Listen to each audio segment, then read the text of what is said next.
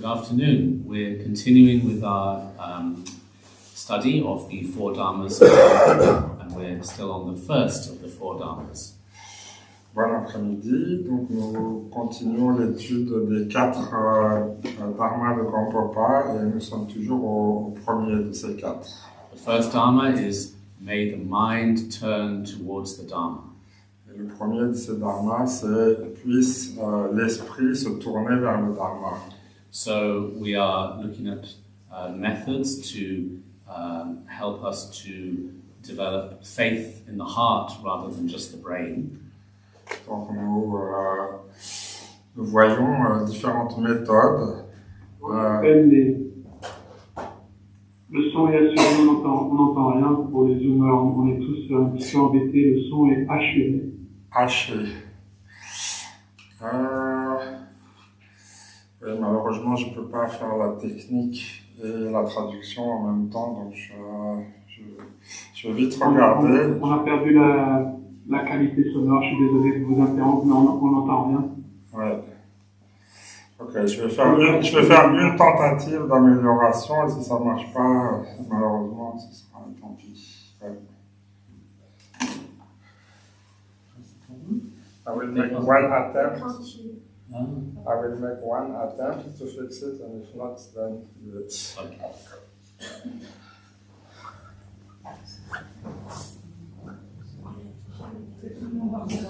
On n'entend rien. Et l'image est bloquée. Rien ne bouge. Et je pense que c'est le cas pour tous les zoomers.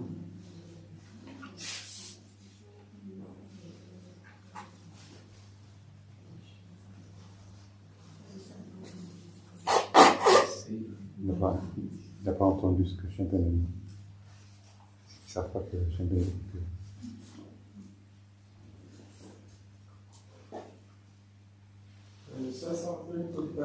Hello, can you hear me? How is that? Can you hear me now? Is that good volume? Yes? 1, 2, 3, 1, 2, 3. Can you hear me on Zoom? Can you hear me? No? Put your hands up if you can hear me. No. No. Okay. I don't hear. Can you hear me now? No. No? How strange. This morning was okay, wasn't it? Now? You can hear me or not? No.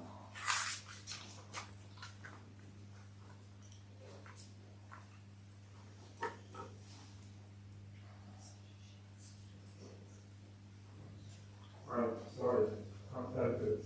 Okay. Il faut qu'on l'enregistre tout de même. Pardon? Je l'enregistre. Oui, enregistré. Recording? Recording is working. Then they can have the recording after.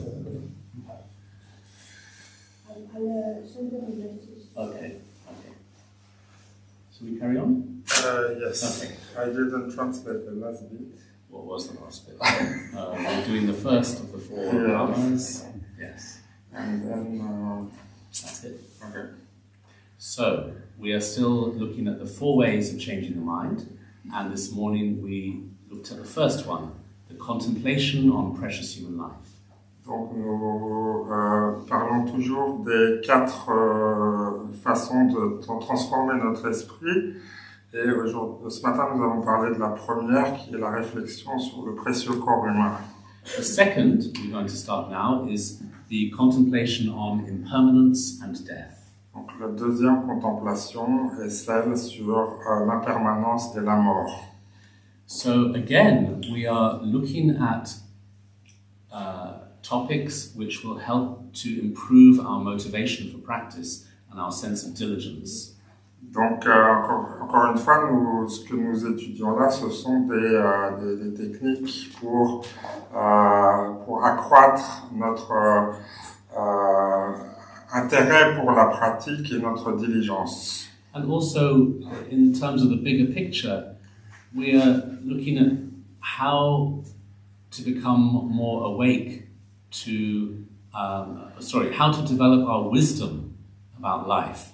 And so, for example, with death and impermanence, we have a sense of delusion or a sense of not seeing how things are, and we need to break through that delusion.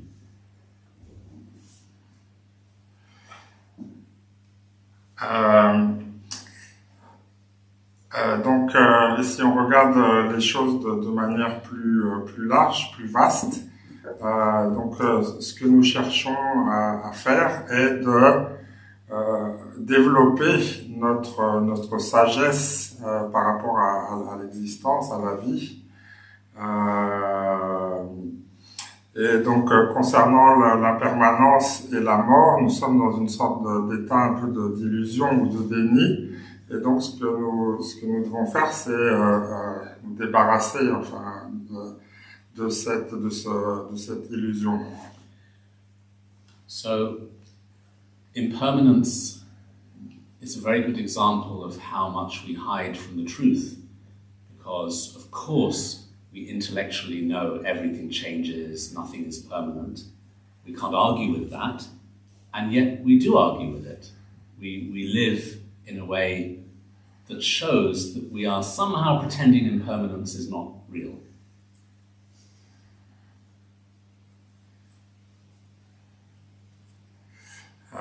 Donc, pour ce qui est de l'impermanence, c'est un bon exemple qui nous montre comment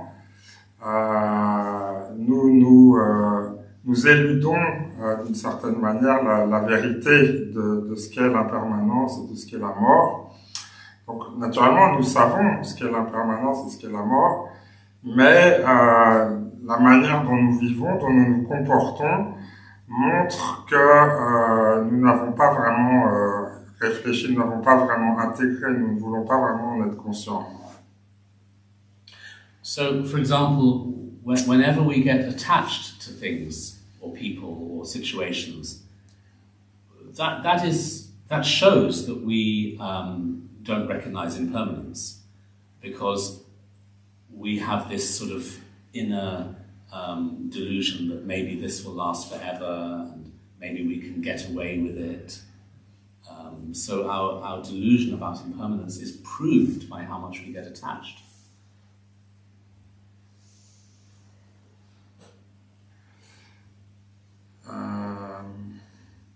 Donc, le fait que nous nous attachions aux choses, aux personnes, aux situations, montre bien que nous n'avons pas intégré, nous n'avons pas vraiment compris ou intégré cette compréhension de l'impermanence de la mort. Et donc nous avons cette illusion, nous nous comportons avec cette illusion que les choses vont durer et que donc ça prouve bien, ce comportement que nous avons prouve bien que nous avons cet attachement et que nous n'avons pas une compréhension correcte de l'impermanence. And if we really understood impermanence, would we invest so much energy into things or trying to achieve things that are impermanent? Would we really, if we truly understood the nature of change? Would our priorities change if we understood impermanence? Si nous avions vraiment une compréhension, si nous avions vraiment intégré cette notion d'impermanence, est-ce que nous agirions de la manière dont nous le faisons? Est-ce que, ou alors au contraire, est-ce que ça induirait un changement de nos priorités dans la vie? And also with suffering and difficult situations, bad events, again our delusion of permanence trips us up or harms us because we don't have the patience to know this will pass, everything's impermanent. When something goes wrong, we think, oh, this is it forever now, I'm always going to suffer. We forget impermanence, and therefore we suffer. Même chose avec la souffrance. Donc lorsqu'on rencontre la souffrance, quand quelque chose nous fait du mal, nous oublions le fait que c'est impermanent et donc que même les difficultés passent. Donc nous n'avons pas de patience Et donc quand il nous arrive quelque chose de négatif, on est tout de suite désespéré, ça y est, c'est fini, on a l'impression que tout est perdu, alors que les choses négatives passent elles aussi. So how did the Buddha explain impermanence? He said this very famous phrase. He said, all compounded phenomena are impermanent. Comment le Bouddha alors a-t-il expliqué la permanence? Il a énoncé cette fameuse phrase dans laquelle il dit « Tous les phénomènes composés sont impermanents ». Now, we can explore this, and we, like a scientist, we can examine this statement, and we can see that if something is compounded, what does that mean? It means it's made of things, made of many. So it means, of course, it must be impermanent, because those things had to come together and must come apart. So it's logically explainable, isn't it? Donc si on explore cette phrase, enfin cette affirmation de manière scientifique, on réfléchit au fait que les choses sont toutes composées. Qu'est-ce que ça implique? Ben, ça implique que si toutes les choses sont composées de différentes parties qui elles-mêmes sont composées d'autres parties, lesquelles viennent se manifestent à un certain moment et puis se transforment, disparaissent. Donc si on comprend ça, donc il est clair, évident que les choses sont impermanentes. Donc d'un point de vue scientifique, logique, ça se comprend très bien. So then the question can arise, well, is there anything outside of that category?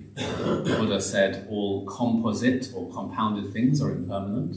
Okay, so is there anything non-composite that we can say is permanent? That's the next question to ask ourselves. Ok, donc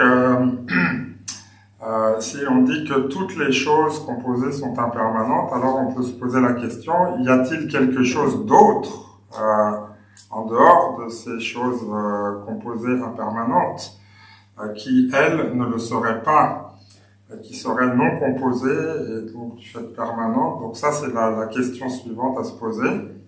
So one begins to explore the composite nature of all things. Something which seems singular is actually made up of many. For example, a table is made up of many parts. It's not one thing, it's many. Et donc on continue en observant la manière dont les choses sont composées. Donc, et on voit que toutes les choses qui nous entourent sont composées de parties. Donc si on prend l'exemple d'une table, ce n'est pas une chose unique, une entité séparée unique, elle est elle-même composée de toutes sortes de particules, de parties. So one can take the table apart into its different parts. There's the top, the legs, etc. And one is seeing the multiplicity of many things that have come together to make this table.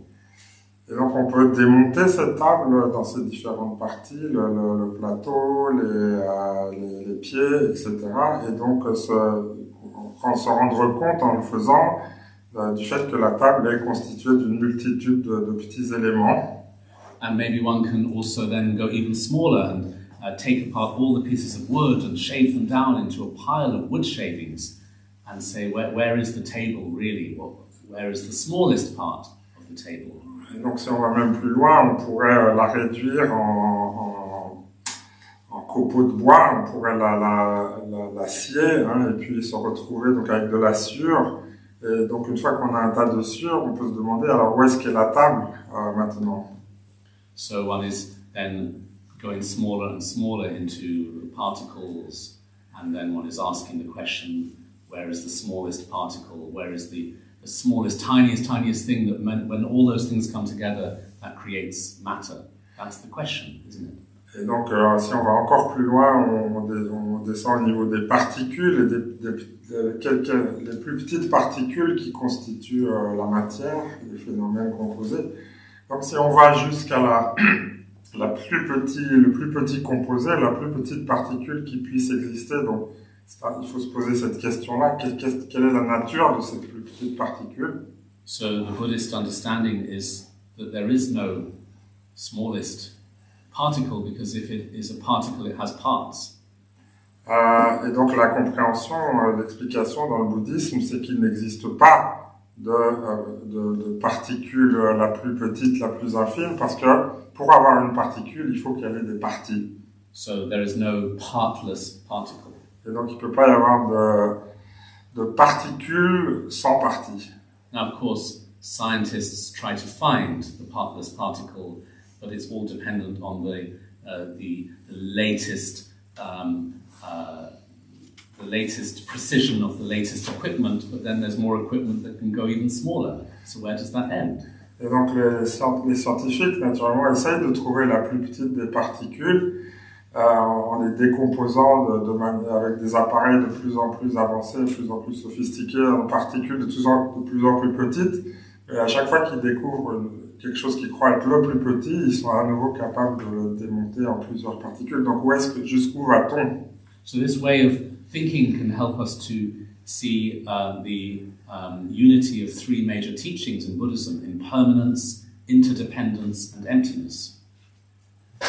Et donc ceci, en réfléchissant ainsi, on peut arriver à comprendre l'unité qu'il y a entre les trois aspects fondamentaux de l'enseignement du Bouddha, que sont l'impermanence, l'interdépendance et la vacuité. And so back to the question, the Buddha said every compounded thing is impermanent, so the question is, well, is there anything non-compounded? And we try to find that, explore that, that's the question. Et donc, si on revient à la question de départ, le Bouddha a dit que tous les phénomènes étaient composés et se décomposaient. Donc, on revient à la question, est-ce que du coup, il existe quelque chose qui ne soit pas composé, qui soit autre? And often when people explore this question, they come up with the answer, they think, oh, well, maybe space. People often say space. Et donc, lorsqu'on arrive à ce niveau-là et que les gens réfléchissent, souvent ils viennent avec la réponse que, voilà, il existe l'espace. But one has to look more precisely and see that space is also a relative idea. For example, the space inside this cup, this glass, is only there because of the glass. It's space related to, so it's a composite experience. Et donc, mais la notion d'espace est elle-même une notion relative.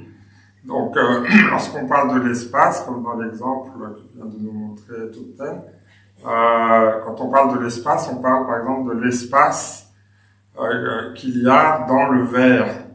Donc, l'espace qui existe à l'intérieur du verre existe en relation avec son contenant, le verre. So it's a composite experience. Donc cet espace est donc aussi une expérience composée. So one is exploring impermanence at the very fine level and also the bigger level, thinking about the earth, the planets, the stars, the cities, the towns. One is really scanning through the whole universe with one's mind in order to prove to oneself that everything is impermanent. Et donc quand on réfléchit à la permanence,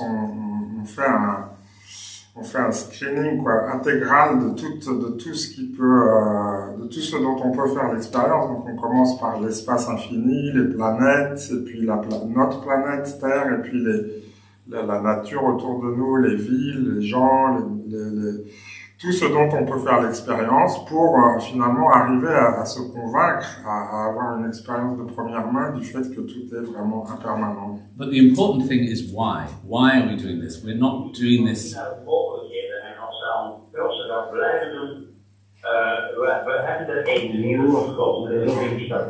Can you give me this black thing? This thing. Okay, so why are we exploring this topic? We're not doing this for scientific interest or entertainment. There is a very pressing, urgent reason instead for us to understand it. Donc la question suivante est pourquoi est-ce que nous faisons ça? Pourquoi est-ce que nous faisons cette investigation de l'impermanence des phénomènes composés? Donc c'est pas pour des raisons scientifiques, mais c'est pour une raison beaucoup plus pragmatique, urgente et en lien avec nos propres existences. If there's something that is turning off in the back. It's okay. Okay. The reason is we suffer. We suffer because of our ignorance about impermanence. Donc la raison est que nous souffrons. Nous souffrons à cause de notre ignorance relative à l'impermanence. And we waste so much time. We waste time because we think we have forever, and we need to give ourselves a sense of urgency, but without fear. Urgency with no fear. Donc, à cause de cette ignorance de l'impermanence, finalement, nous perdons beaucoup de temps, nous gaspillons notre temps. Et donc, la réflexion sur l'impermanence devrait nous faire naître en nous un sentiment d'urgence, d'importance, qu'il est nécessaire de faire quelque chose. Mais un sentiment d'urgence qui soit aussi libéré de peur et d'anxiété. Urgency for what? Urgency to practice the Dharma, because with the understanding of impermanence, it should become more clear to us that only the Dharma really has meaning, because everything else is so transitory and so ephemeral. And so this urgency to practice, not an urgency to run around the world achieving worldly things, because they're impermanent.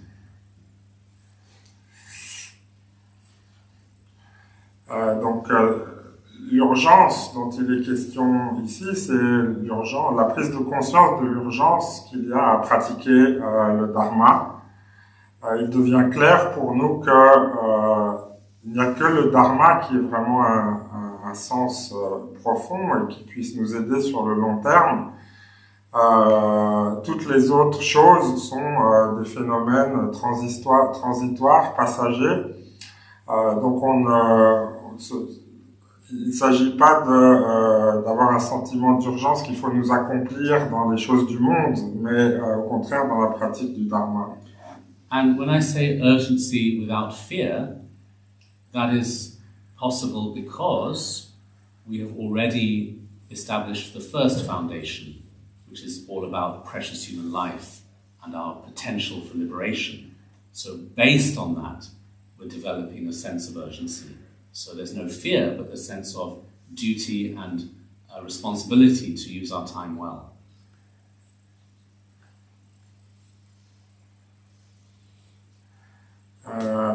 Et donc, lorsque on dit que ce sentiment d'urgence est libre de peur,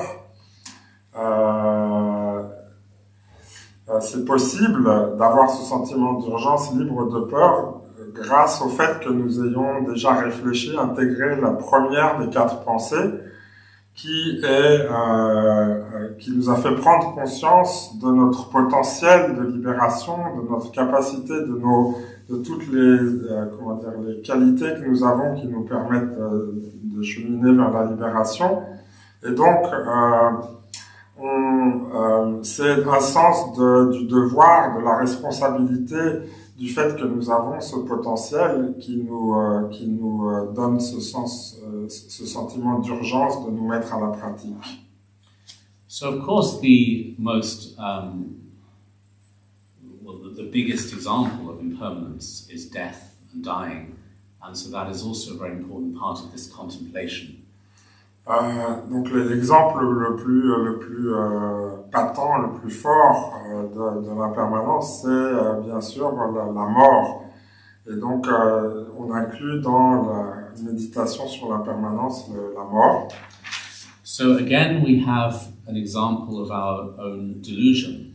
Intellectually we know everybody dies, we're going to die, it could happen any time, we know that, but we live as if we don't know that. Donc là également, on a un exemple flagrant de notre illusion ou de notre ignorance. C'est que intellectuellement, nous savons que nous allons mourir, vieillir, mourir, mais la façon dont nous vivons nos vies, il semblerait que nous n'ayons pas conscience de cela. Even the way we use language shows our delusion. We say things such as, if I die, which suggests there are options. Même la façon dont nous parlons prouve qu'on n'a pas vraiment intégré la notion de la mort, parce qu'on utilise des formules telles que tiens, si je meurs, alors ce qui voudrait dire qu'il y aurait une option autre. So we know we die, we know everybody dies, and yet we try to pretend it won't happen. And when it does happen to our loved ones or ourselves, we sort of feel cheated, like this was not supposed to happen, something has gone wrong. Et donc, nous le savons, hein, nous savons que nous allons mourir pertinemment. Mais voilà, quand ça, on vit comme si ça n'allait pas se passer, mais quand ça arrive et quand des proches, par exemple, ou des amis meurent autour de nous, ça nous touche, ça nous blesse, un peu comme si c'est quelque chose qui n'aurait pas dû arriver, quelque chose d'anormal. So in Buddhist cultures, there's been such a long history of people meditating in cemeteries and looking at the corpse and recognizing the impermanence of life. Donc dans l'histoire du bouddhisme, il y a tout un historique en fait de gens qui ont au fil des siècles été médités dans des cimetières devant des corps en décomposition pour justement se sensibiliser à la mort. And yet to a modern Westerner this seems rather morbid and grim and strange. But why do we make that assumption? Donc pour nous, de notre point de vue d'occidental, ça nous paraît un peu morbide, un peu étrange de faire quelque chose comme ça, d'aller méditer sur des cadavres, mais pourquoi voir les choses ainsi? The first time I visited a completely Buddhist culture was about 20 years ago. I went on a pilgrimage with Lama Yeshe and Lama Zangmo to Sri Lanka. It was very, very interesting because the whole country is Buddhist and you can see how the culture informs the way people live and their attitudes. La première fois que j'ai visité un pays de culture bouddhiste, c'était lors d'un voyage avec Lama Zangmo et Lama Yeshe au Sri Lanka. Donc un pays où voilà, la majorité des gens sont bouddhistes et la culture est imprégnée de ça. Et c'était vraiment intéressant justement de voir comment l'état d'esprit de la société et des gens qui sont baignés dans cette culture. As soon as we arrived, we were taken to a monastery where we were going to stay, and there was a big excitement amongst the little children monks because they were going on a special day out. Donc dès que nous sommes arrivés, nous avons été conduits dans un monastère où nous allions loger. Et au moment où nous arrivions, il y avait une grande excitation parce que parmi les jeunes moines du monastère, parce qu'ils allaient sortir, faire une sortie. It turned out they were going to a hospital to watch an autopsy. Et donc en fait, ils allaient visiter un hôpital, tous ces jeunes moines, pour assister à une autopsie. So there's a viewing gallery with a glass window, and they can sit there and watch the autopsy. And they were so excited. This was their special day out. Et donc, voilà, il y a donc la salle d'opération, on fait l'autopsie, au-dessus il y a une baie vitrée de laquelle on peut observer ce qui se passe, et donc voir le corps être découpé, et donc c'était leur jour de sortie, et ils étaient vraiment excités d'aller assister à ça. And then we went to various temples in Sri Lanka, Thailand and Burma, and in every single shrine room, in the corner was hanging a skeleton. Et ensuite, nous sommes allés visiter une série de temples, donc d'abord au Sri Lanka, puis en Birmanie, en Thaïlande. Et dans tous les temples qu'on a visités, dans chacun des temples, dans un coin, il y avait pendu un squelette. That one?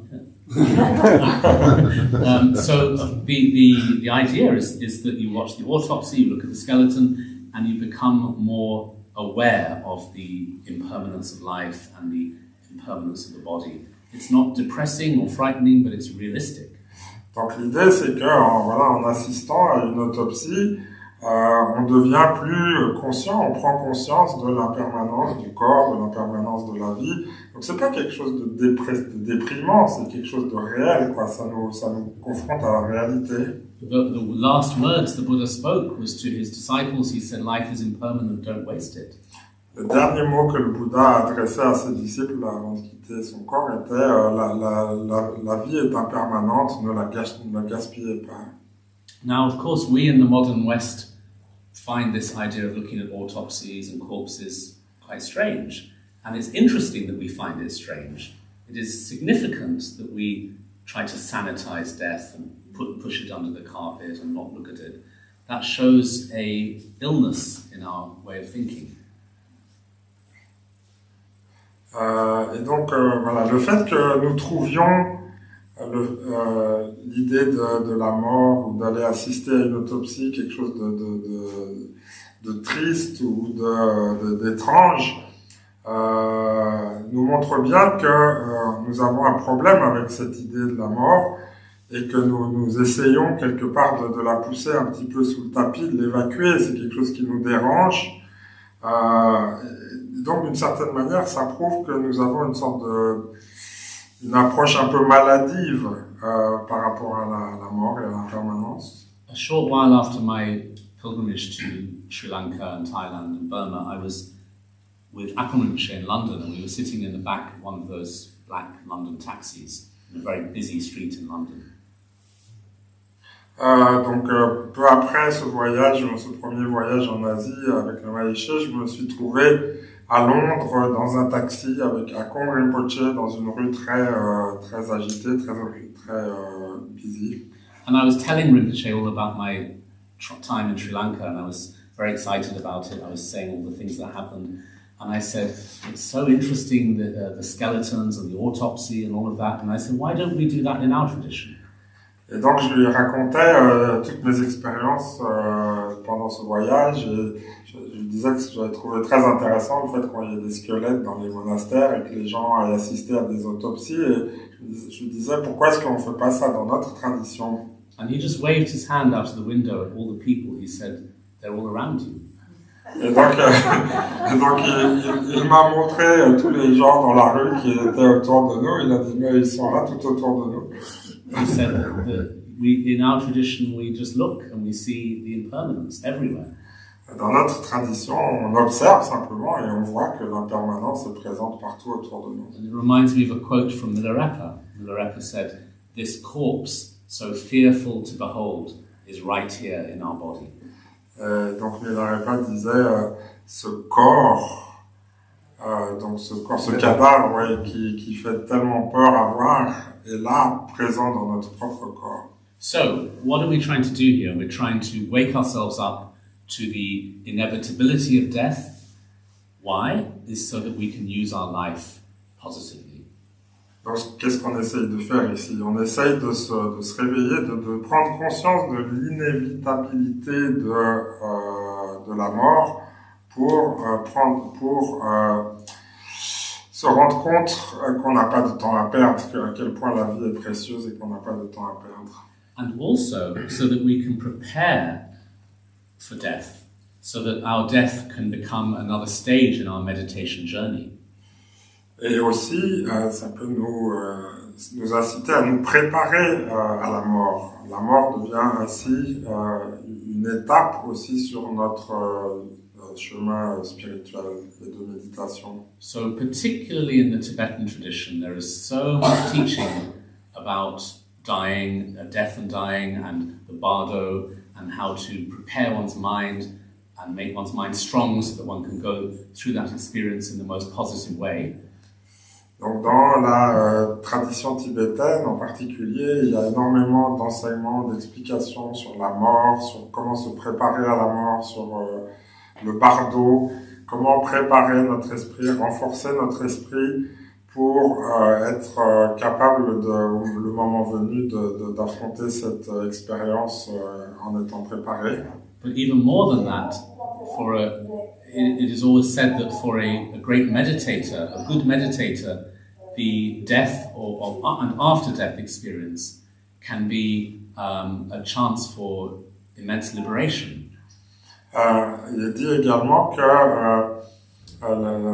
l'expérience même du moment de la mort pour quelqu'un qui médite, pour un méditant, peut être un palier, un moment crucial pour se rapprocher ou atteindre la libération. But only if the practitioner is ready, which is why we need to put the work in now.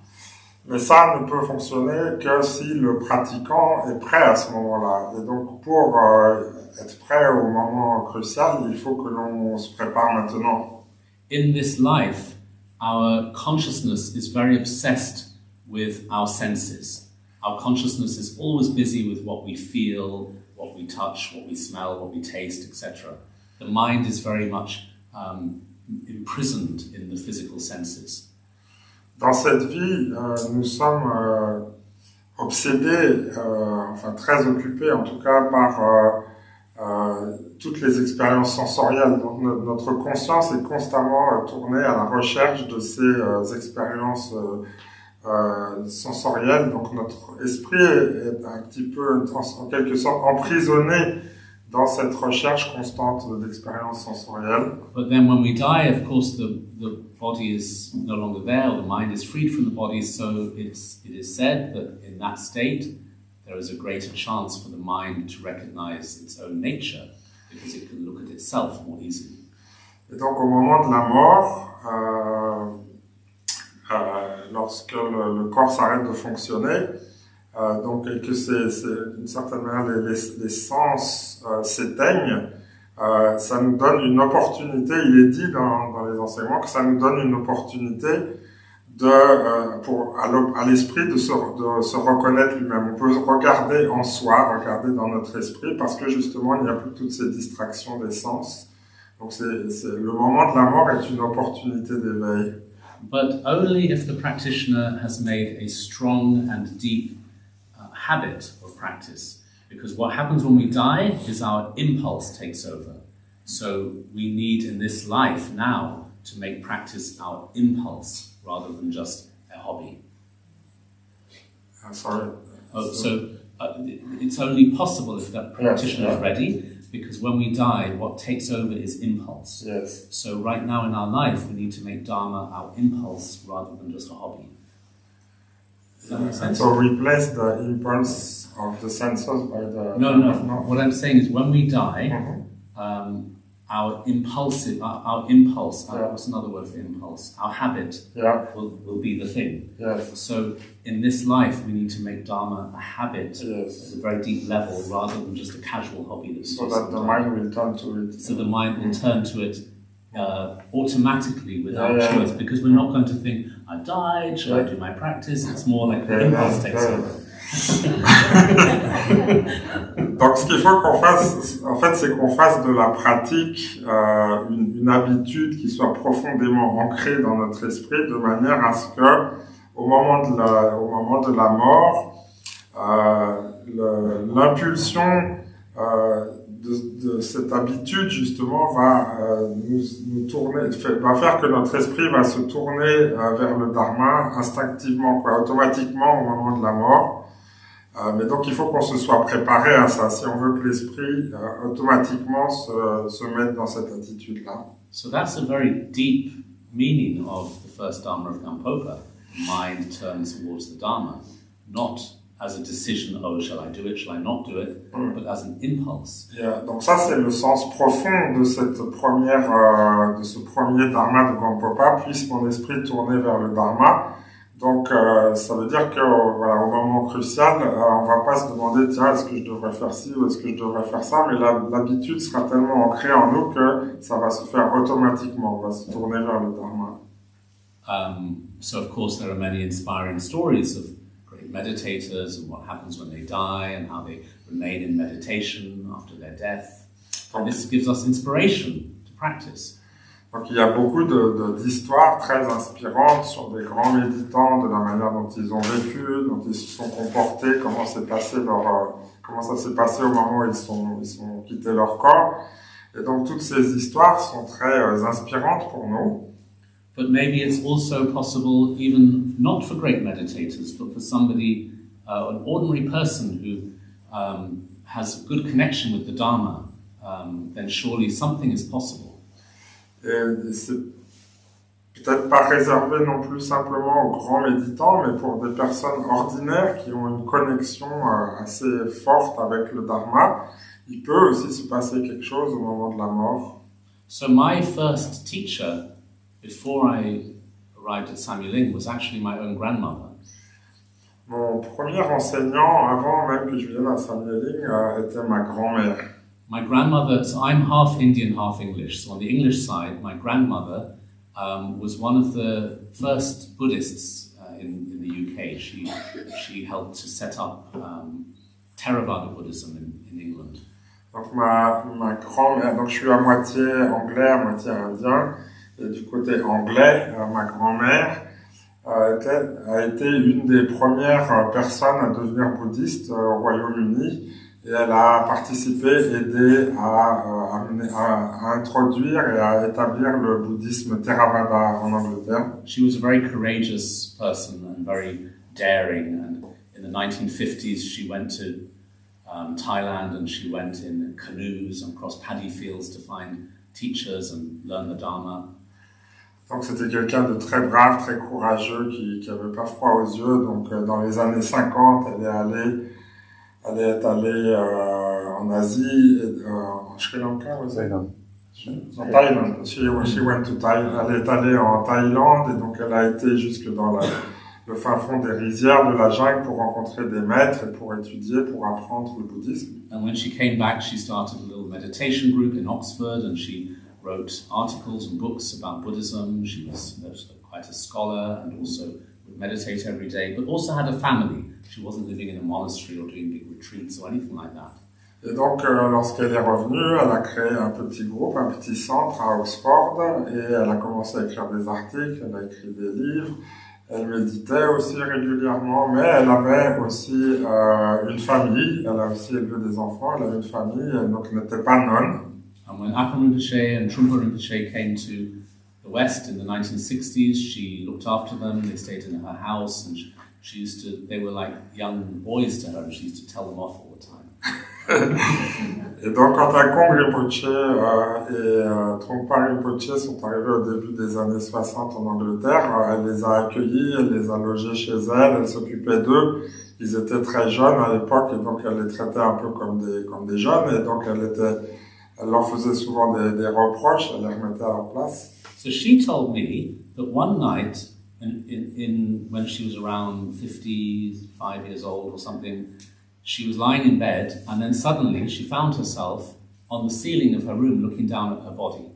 Elle m'a raconté qu'un jour, quand elle avait à peu près 55 ans, un jour qu'elle dormait dans sa chambre, elle s'est soudainement retrouvée en train au plafond, en train d'observer son corps en train de dormir. And she said she got very excited, and she said to herself, so the Buddhists are right, the mind is beyond the body, this is so exciting, I'm so happy.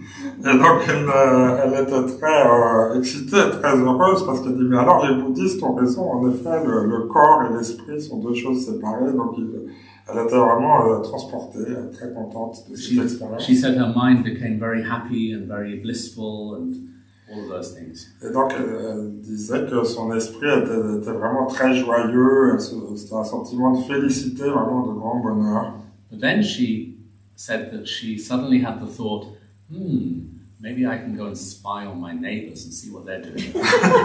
Et alors lui est venue la pensée, tiens, mais peut-être que je pourrais aller épier mes voisins et voir ce qu'ils font. And she said as soon as her ego took over like that, she went into the body like that and it was over. Et donc à ce moment-là, dès que son ego a pris le dessus, l'expérience était finie, elle est revenue dans son corps. But she said that experience gave her a lot of faith in the teachings and a lot of actually excitement about the dying process. Et donc elle disait que cette expérience lui avait renforcé sa foi dans les enseignements et avait aussi provoqué une sorte d'excitation, d'intérêt vraiment pour le processus de la mort. So then she lived her life, and she had her family, and she did a little practice here and there, and she was driving her car until she was 93 years old. We were all a bit worried about that. Et donc voilà, elle a continué à vivre sa vie, à méditer, à s'occuper de sa famille, de ses enfants. Elle a conduit sa voiture jusqu'à l'âge de 93 ans, d'ailleurs ça nous préoccupait un peu. And then she had a fall. She fell down one day and cracked a rib, and then she had to go to bed, and she stayed in bed for 7 years. Et donc finalement, un jour, elle a eu un accident, elle est tombée, donc elle s'est endommagée une jambe, et donc suite à ça, elle a été alitée, elle a dû rester alitée pendant 7 ans. So she was in this bed at the top of the house, and I used to visit a lot, and we used to take her food, and she liked hot chocolate and things like that. Donc on allait souvent lui rendre visite. Elle était dans la partie supérieure de la maison, on lui apportait à manger, elle aimait bien boire du chocolat chaud. But every morning she used to wake up and open one eye, and the eye would swivel around the room, and she'd say, "Am I still here? Why am I still here? I'm waiting for a great adventure." Et tous les matins, quand elle se réveillait, elle ouvrait d'abord un œil, puis elle regardait, elle disait, est-ce que je suis encore là? Ah, je suis encore là, alors que j'attends, j'ai hâte de voir d'arriver à cette grande aventure. I've never met anybody who was so excited about dying.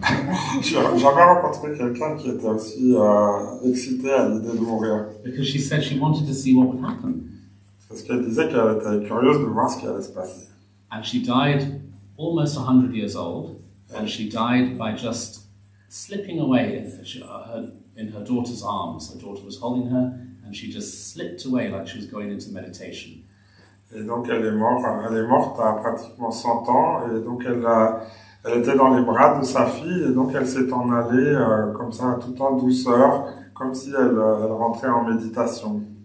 And then they phoned me, they said she's died, so I was somewhere else, so I travelled back to Oxford, and we sat with her body for 5 days. Et donc j'étais pas là à ce moment-là, mais donc on m'a téléphoné, et donc je suis revenu pour la voir, et nous sommes restés assis auprès d'elle comme ça pendant 5 jours. Normally they take the body away very quickly, but I phoned up the mortuary and said I'm the family priest, and I insist we keep the body for 5 days.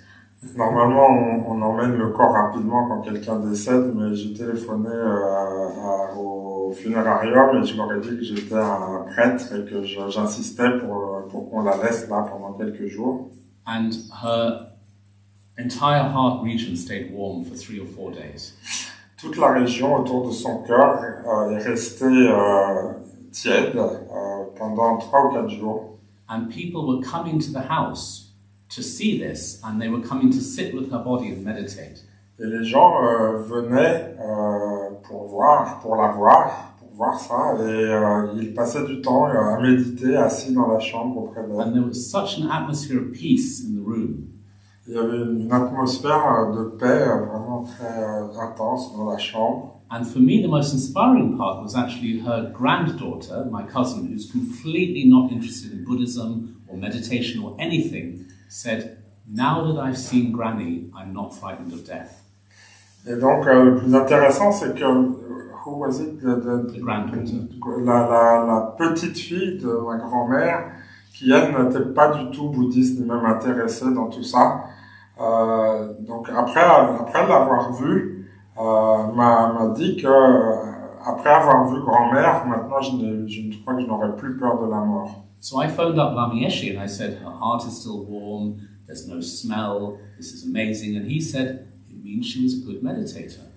Et donc j'ai appelé Lama Yeshe et je lui ai dit, voilà, la région de son cœur est encore chaude et il n'y a pas d'odeur qui se dégage d'elle. Et donc Lama Yeshe m'a dit, ça prouve que c'était une bonne méditante. And I find this story very inspiring because she wasn't a great lama, she also wasn't somebody who spent time in retreats and all of those things, and it shows that it is possible for all of us, so it's a very good message for all of us, I think. Et donc pour moi c'est une histoire très inspirante parce que ce n'était pas quelqu'un qui était un grand méditant particulièrement, mais ça montre que même donc quelqu'un comme ça, comme elle, quelqu'un d'ordinaire quelque part qui médite, peut aussi arriver à la mort de cette manière-là. Donc moi je trouve ça une expérience très inspirante. So the contemplation on death and impermanence is for all of these reasons, so that we become less afraid of death and also that we can have a good death if we prepare now. Et donc toutes ces réflexions sur l'impermanence et la mort ont pour but de diminuer la peur la peur que nous avons de la mort, et aussi pour nous encourager à nous y préparer. And the main question is, what is holding us back from practice? Why are we not doing more practice? is because we think we have all the time in the world, but we don't.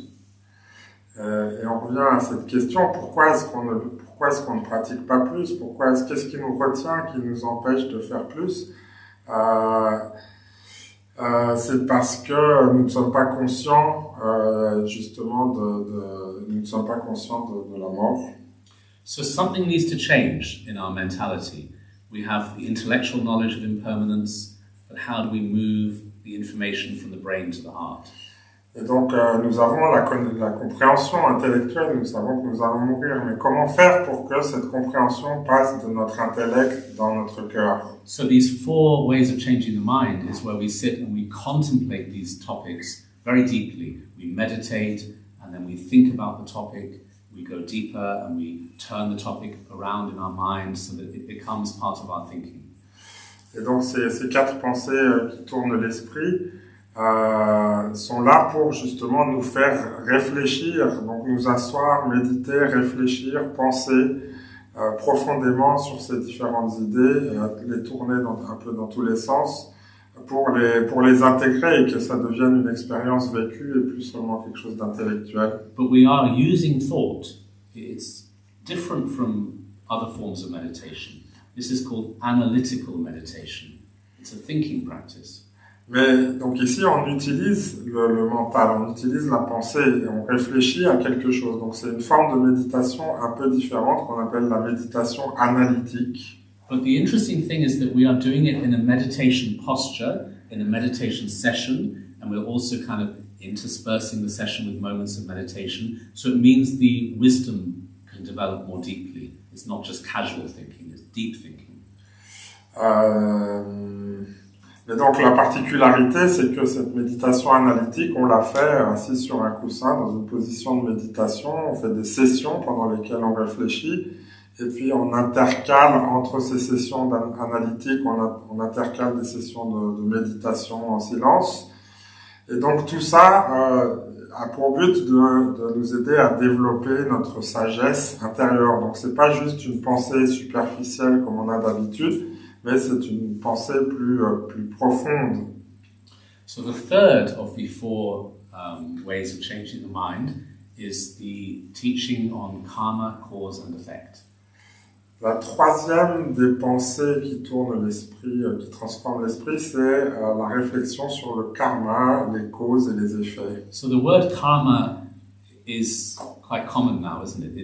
It's filtered into Western languages. People talk about karma quite commonly and quite easily now. Donc le mot karma maintenant est passé dans le langage courant de nos jours. Donc c'est quelque chose qu'on entend et qui est utilisé dans notre langage de tous les jours. But it's usually used in quite a superficial way and almost sort of like punishment. Oh, you've got bad karma. It's used only in that sense culturally, and it's much more complex than that. Mais donc c'est souvent utilisé de manière assez réductrice, donc souvent comme une sorte de punition. Donc quand arrive quelque chose à quelqu'un, on dit ah bah voilà c'est du mauvais karma. Donc ça a un sens quand même très réducteur. Le vrai sens de ce qu'est le karma est quelque chose de plus profond.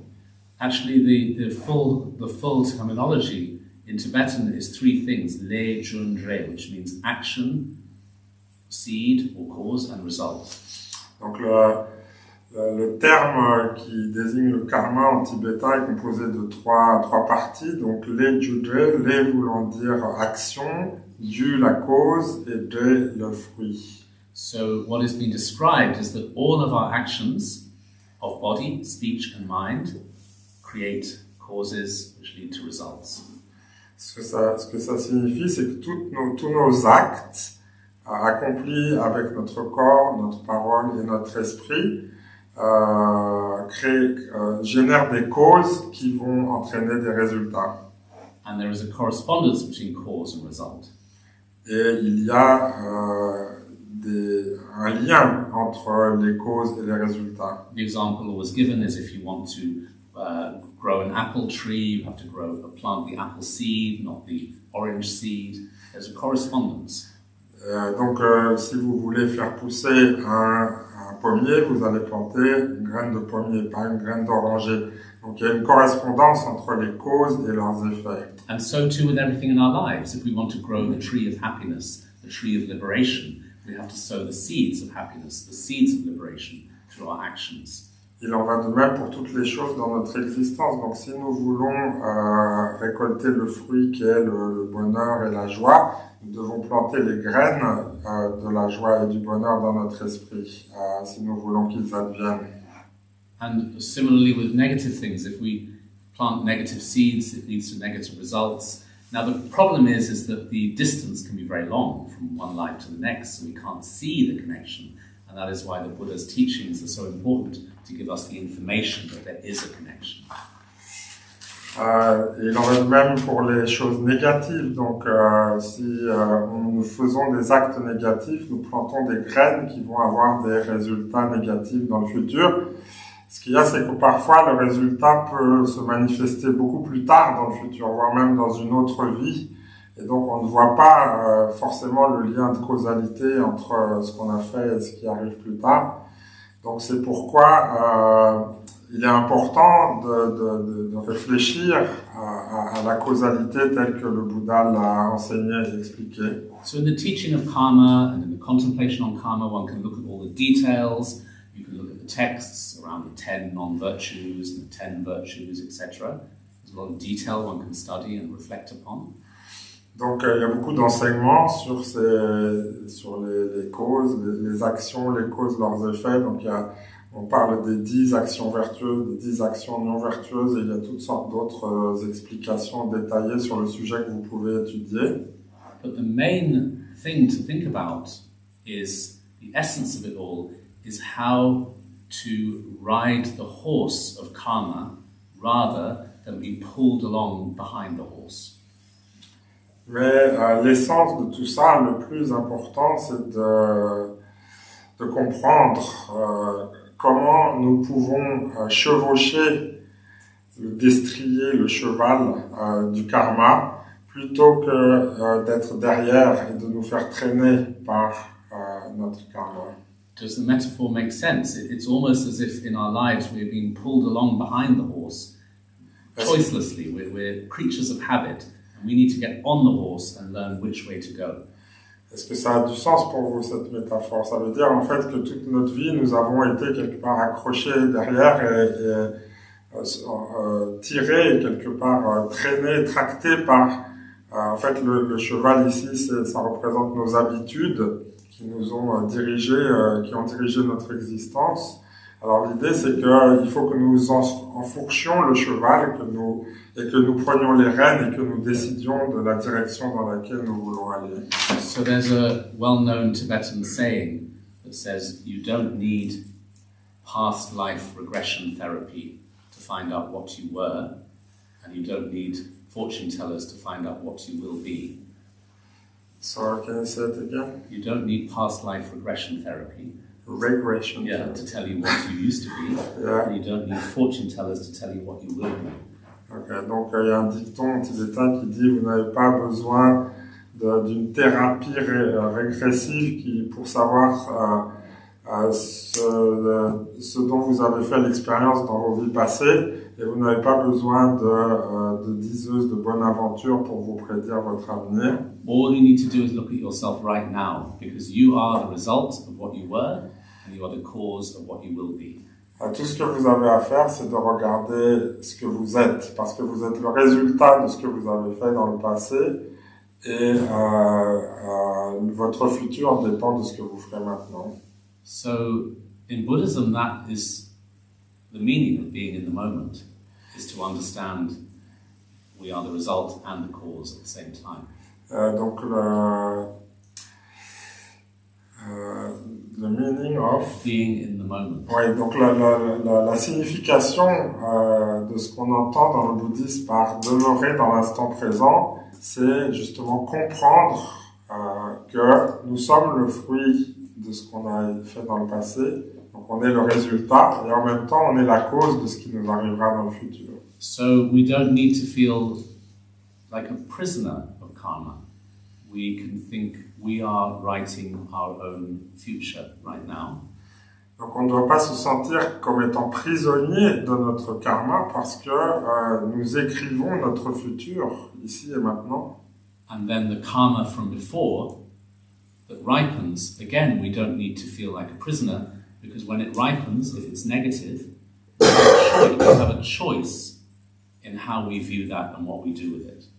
Et donc on ne doit pas non plus se sentir prisonnier de notre karma parce que si un karma négatif vient à maturité, qu'on fait une expérience négative, confronté à cette expérience, nous avons un choix. Nous avons le choix de décider de ce qu'on va en faire de cette expérience. So I find this to be a very important way of defining being in the present moment.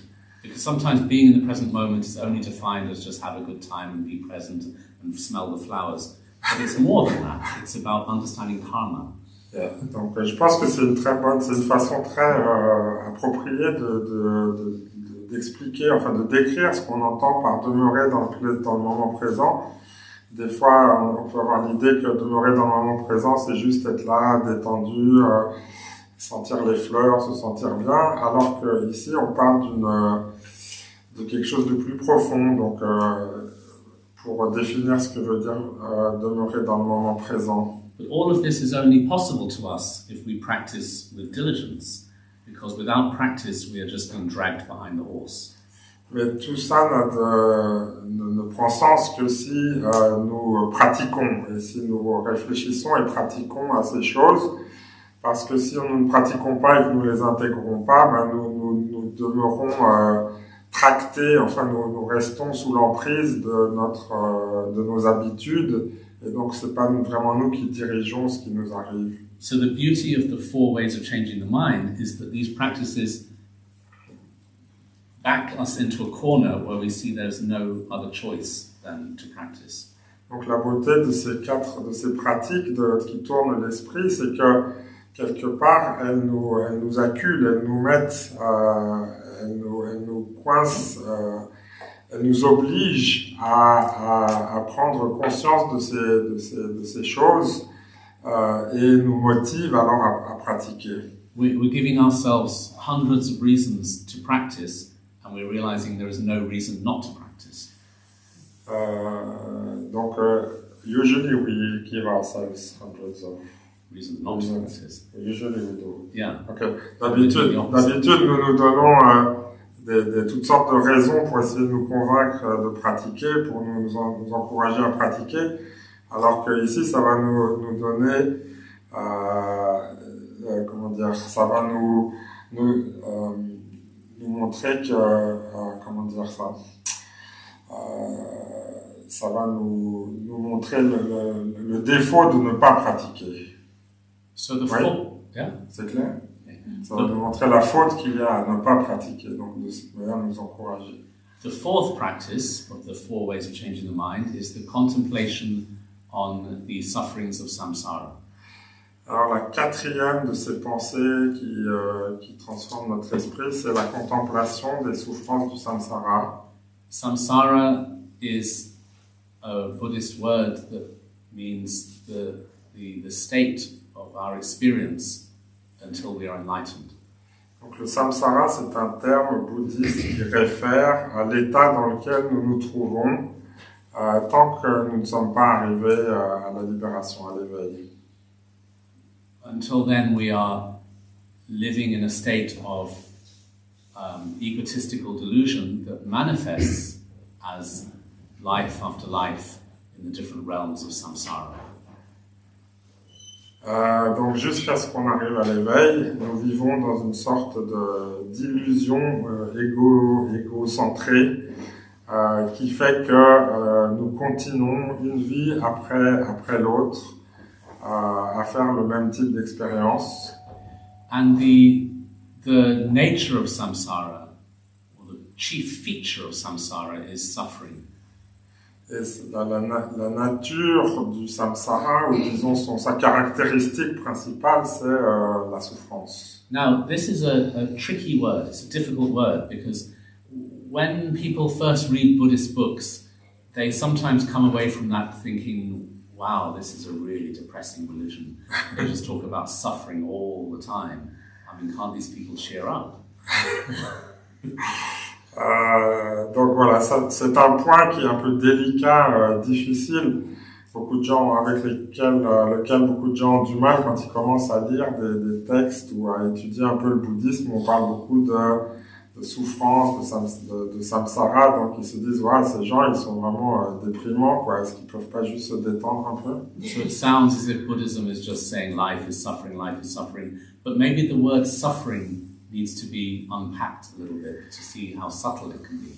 Et donc voilà, il ne s'agit pas juste de dire que la vie est souffrance, et de répéter ça, mais peut-être qu'il faut justement expliquer un petit peu plus en détail, approfondir ce qu'on entend par cette notion de souffrance. The word used in the old teachings, the old texts, is dukkha.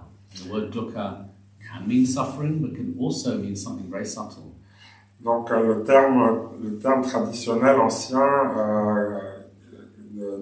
utilisé dans les textes est dukkha, qui peut vouloir dire souffrance, mais qui a aussi une signification plus profonde. So yes, dukkha can be suffering, where we really know we're suffering, we feel it, but also it can mean a very subtle sense of discontentment or incompleteness. Donc oui, dukkha veut dire la souffrance. La souffrance, on sait clairement ce que c'est, on en fait l'expérience dans la douleur, la peine, etc. Mais dukkha a aussi un sens plus subtil, plus profond, qui réfère à un sentiment d'insatisfaction, parfois moins évident. Did you say incompleteness as well? Feeling of incompleteness, feeling of being incomplete. Oui, donc un sentiment d'insatisfaction et d'être incomplet. So a feeling as if we are constantly looking for something, but we're not quite sure what that is. Donc l'impression que nous sommes constamment en train de chercher quelque chose pour nous sentir mieux, mais on n'est pas vraiment sûr de ce que c'est. Now this relates to something I said this morning, when I described how we're looking around the house for our glasses without realizing we're already wearing them. Donc je vous avais donné cet exemple ce matin de la personne qui cherche ses lunettes un peu partout dans la maison alors qu'elle ne se rend pas compte qu'elle les porte. So the meaning of this metaphor is we are looking outside for happiness and freedom without understanding it is already within us. Donc la signification à laquelle renvoie cette analogie, c'est que nous cherchons le bonheur dans des choses à l'extérieur, sans nous rendre compte qu'il est déjà présent ici en nous. So, as Buddhists, we constantly say we are in samsara, we are drowning in the ocean of samsara, all beings are in samsara, we need to be liberated from samsara. We talk in those terms. Donc en tant que bouddhiste, on parle du samsara, on dit qu'on est plongé dans le samsara, immergé dans le samsara, qu'on doit se libérer du samsara, on utilise ces termes. But the question that often comes up is, well, how did we get in there? How did we fall into samsara? Et la question que les gens posent souvent est comment est-ce qu'on a fait pour y entrer dans le samsara? Comment est-ce qu'on s'est retrouvé là? When did it begin? When did we so-called fall out of the Garden of Eden into this dark place? Quand est-ce que ça a commencé? À quel moment? À quel point est-ce qu'on est tombé de ce jardin d'Éden et on est tombé dans le samsara? So I remember somebody asked this question to Taisita Rinpoche, and his answer was very beautiful. Je me rappelle d'une fois où quelqu'un a posé cette question à Situ Rinpoche, il a donné une très belle réponse. He said, it's not like a fly falling into a bowl of soup. Il a dit, c'est pas comme une mouche qui tomberait dans un bol de soupe. It's not that we were buzzing around in heaven and then we fell into the soup. C'est pas comme si on était en train de virevolter au paradis et puis d'un coup on est tombé dans la soupe. It's a state of mind. C'est un état d'esprit. He said it's samsara begins in each moment through our mistaken conception or mistaken perception. We create samsara moment to moment through mistaken perception. Donc Situ Rinpoche disait que nous créons nous-mêmes le samsara à chaque instant en ayant à chaque instant une perception erronée des choses. And in the teachings, they always talk about beginningless time. And this is explained, I think Siddha Rinpoche also said this, he said the reason it has no beginning is because it's not actually happening. Et dans les enseignements, on dit que ce samsara dure depuis des temps sans commencement. Et donc Siddha Rinpoche disait ça aussi. La raison pour laquelle on parle de temps sans commencement, c'est parce qu'en fait, ça ne se passe pas vraiment, ça n'a pas vraiment lieu. So, for example, if we are dreaming at night and we dream about a dream house or a palace with a horse and kings and queens and all of that, you can't ask the question, when was that king or queen born? Or when was that horse a little horse that grew up to become a big horse? Because it doesn't exist, it has no history. Pour illustrer ça, on peut prendre l'exemple d'un rêve. Donc, dans un rêve, vous pouvez avoir un grand palais avec un roi, une reine qui y vivent et puis qui chevauche un cheval. On ne peut pas poser la question de savoir quand sont-ils nés, quand le cheval est-il né, parce qu'en fait, il n'existe pas. So this gives a very different perspective to the idea of suffering and what is suffering and why do Buddhists say suffering, suffering, suffering all the time. They also say it's not real. Et donc ça donne une perspective, une compréhension différente de cette notion de souffrance dont les bouddhistes parlent constamment, parce que donc quelque part elle n'existe pas. So again, through these 4 ways of changing the mind, we are backing ourselves into a corner and seeing there is nowhere else to go but our practice. Nothing else makes sense. Only thing that makes sense is to practice. Et donc, à nouveau, là, cette pensée nous met aussi au pied du mur, nous confronte au fait qu'il n'y a rien d'autre finalement à faire que de nous atteler à la pratique et d'approfondir notre pratique. So, we've sort of looked at the first Dharma of Gampopa in a sort of just, introductory way. We're not going too deep, we don't have much time, but I think that's enough to move on now to the second Dharma. Donc nous avons survolé un petit peu les différents aspects dont j'ai parlé par rapport au premier des 4 dharmas de Gampopa. Je pense que à ce point-ci, ça suffit, et donc nous allons maintenant passer au suivant. I just want to pause to see if there are any questions. Et donc je voudrais faire une petite pause et voir s'il y a des questions parmi vous. Yes? Oui. Qu'est-ce que tu entendais par pratique? Pardon? Par la pratique, qu'est-ce que tu entendais par la pratique? What do we mean by practice? In general, you mean? C'est réciter des mantras, je ne sais pas, réciter la Suchelperi ou c'est méditer? What do we mean by practice? Is it reciting mantra, doing Chenrezi, or simply meditate? All forms of mind training. Donc toutes les formes d'entraînement de l'esprit. So practice means all forms of meditation. Everything is meditation. Chenrezi, sitting, shine, all of that. It's all part of the meditation process or practice. Donc, toutes ces différentes pratiques, que ce soit Shiné, Chenrezi ou autres, sont toutes des formes de méditation et font partie du processus de la pratique. One of the words for practice in Tibetan is lojong, which means mind training or mind exercise or mind transformation. Donc, un des termes qu'on utilise dans le bouddhisme tibétain pour la pratique, c'est lojong, qui littéralement veut dire l'entraînement de l'esprit. Donc, and that could mean sitting with the breath, it could mean Chenrezi practice, it could mean all different types of practice. Et donc, ça renvoie aussi bien à la méditation sur la respiration qu'à Chenrezi ou à toutes sortes d'autres pratiques. Et est-ce que c'est pas plutôt la pratique dans la vie quotidienne avec les autres personnes, bouddhistes? Is it not more the practice in daily life when you talk about practice? Also, Ça en fait aussi partie. practice is a general term that means sitting on the cushion and also how you apply it in daily life, both. Donc la pratique, ça recouvre les deux aspects. la pratique formelle sur le coussin, mais aussi la manière dont on l'applique dans la vie quotidienne. Anything else? Autre chose. There is something I don't understand. Before you speak about the fact of not waiting when you start to meditate. You don't meditate like if it's a kind of drugs or addiction. But I don't understand so well because Cecile tried to explain me when I was eating, but for what we meditate? What is the objective of the meditation if it's not for being better and well? Okay. I don't know if you understand my small English. Do you want to say the question also in... En français? Tu dis en français?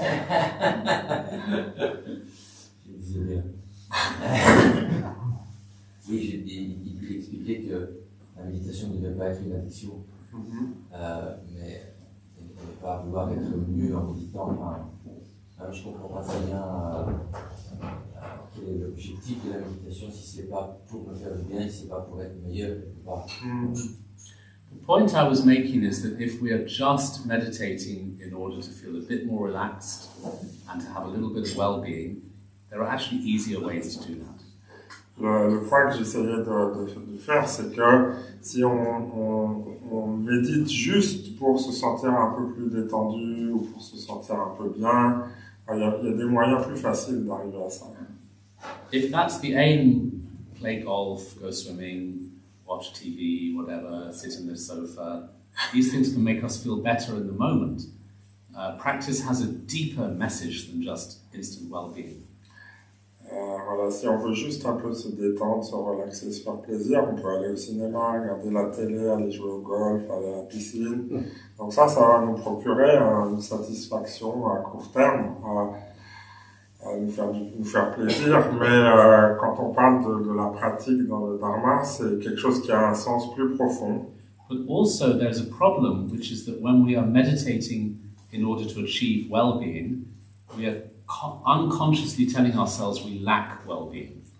Il y a aussi le fait que quand on pratique avec l'intention de se sentir mieux, de se sentir bien, ça veut dire inconsciemment on se dit aussi qu'on n'est pas bien. So I described this morning how I was doing a kind of addiction type meditation and I was becoming more unhappy. The unhappy feeling was a sense of disappointment that I wasn't getting the feeling I was seeking. Donc j'expliquais ce matin ce qui m'était arrivé. Donc je méditais et plus ça allait, plus je me sentais frustré.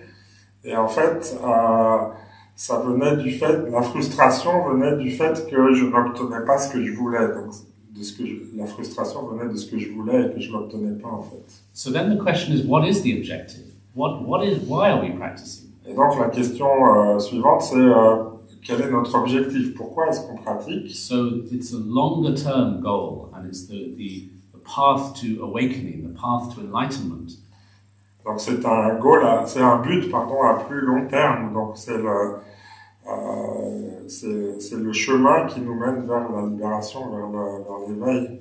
And crucially, for all beings, not just for oneself. So the journey of compassion, loving kindness, those kinds of things. Et aussi, ce qui est crucial, c'est que c'est un chemin vers la compassion, pas juste pour nous-mêmes, mais pour les autres également. And so this will be actually explained more fully in the second Dharma of Gampopa. Et de ça, on va parler de manière plus approfondie dans le deuxième Dharma de Gampopa. One of the problems is that when we're meditating and we're judging the practice according to do I feel good, is that we're then stuck in this sense of grasping and disappointment.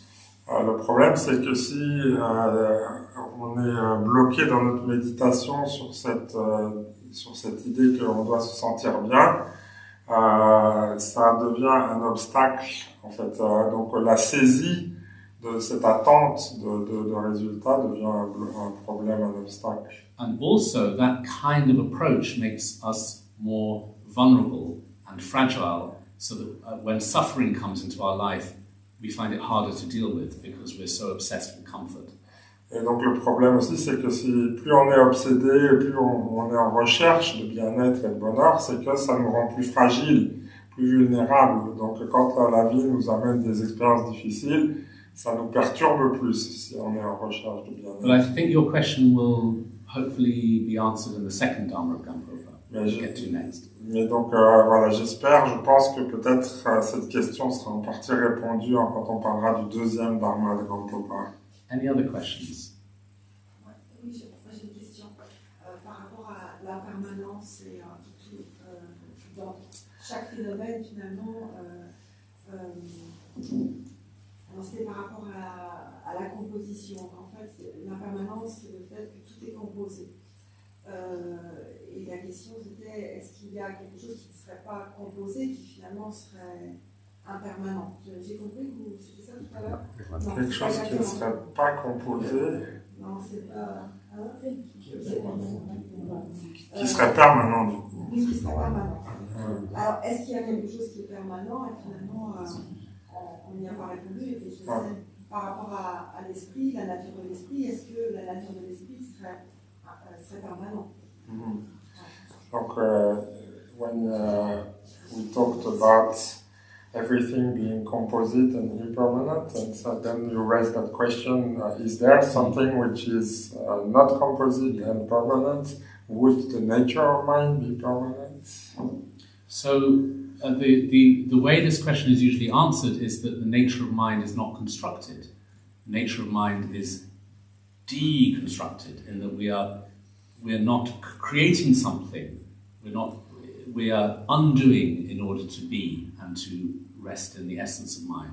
So it cannot be described as a thing that has been created or constructed. Donc la réponse habituelle à cette question est que la nature de l'esprit est quelque chose qui n'est pas construit, qui est déconstruit. Donc pour arriver à l'expérience de la nature de l'esprit, on ne doit pas créer quelque chose, mais au contraire on doit défaire, enfin décomposer les choses et parvenir à rester dans un état où il n'y a plus de quoi que ce soit de créé, de non incréé peut-être. So in the texts, it describes how the nature of mind is beyond impermanence and beyond permanence. Impermanence and permanence are relative concepts based on each other and based on a constructed reality that is perceived by an egotistical mind. Okay. Donc dans les textes, il est dit que la nature de l'esprit est au-delà de la permanence et de l'impermanence, qui sont des concepts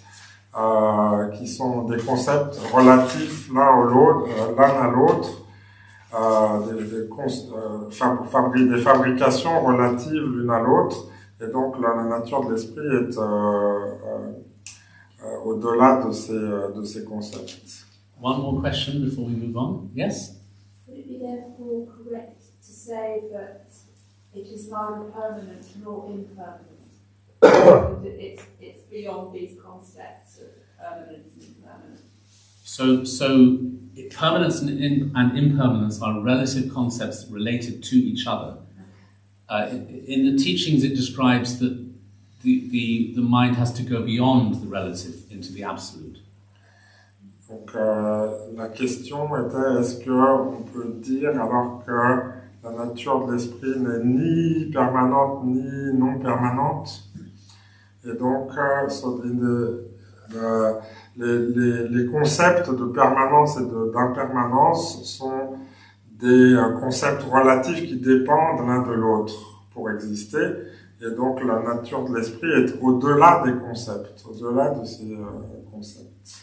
And our problem is we read these books that talk about the nature of mind, enlightenment, etc. And then, of course, we're going to try to conceptualize, well, what does that mean? But the teachings make it very clear that we can't use a conceptual mind to understand something that's beyond concept. So that's why, yes, we need to study to a certain degree, but we need to practice and find out for ourselves. We will know when we get there. That's the point. Et donc, quand nous étudions, nous lisons des livres qui traitent de ces sujets, nous essayons de comprendre, mais pour comprendre, nous conceptualisons.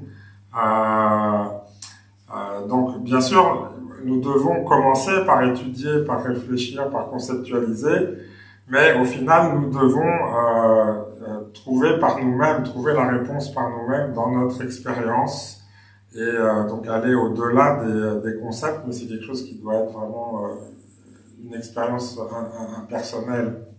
So it's a tricky area because Buddhist books can be very inspiring. We read about these things, it can really give us inspiration.